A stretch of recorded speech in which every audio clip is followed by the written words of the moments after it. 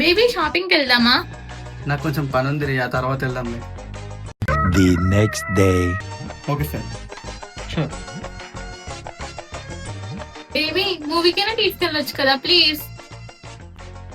ఇంకొంచెం బిజీగా ఉన్నాను, తర్వాత పోదాం. A few moments later.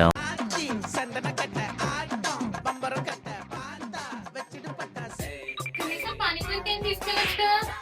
నీకు ఎన్నిసార్లు చెప్తా అర్థం కాదా? నేను ఫుల్ బిజీ ఉన్నాను. నేను బిజీ అంటే బిజీ అంతే. ఇప్పుడు బయటకు తీసుకెళ్ళమంటే తీసుకెళ్ళట్లేదు, చెప్తా నీ సంగతి. One eternity later.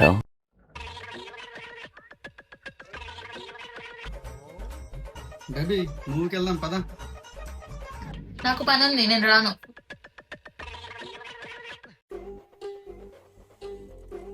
కనీసం రెస్టారెంట్ కని వెళ్దాం పదా బేబీ. నాకు పని ఉందని చెప్పాను కదా, ఒకసారి చెప్తే అర్థం కదా.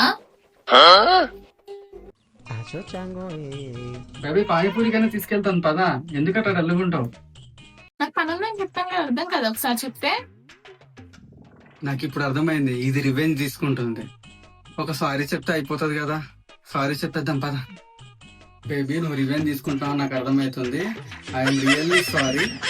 ఇంకోసారి అలా చెయ్యను. నువ్వు వేడికంటే అడిగి వస్తాను నేను, ఓకేనా?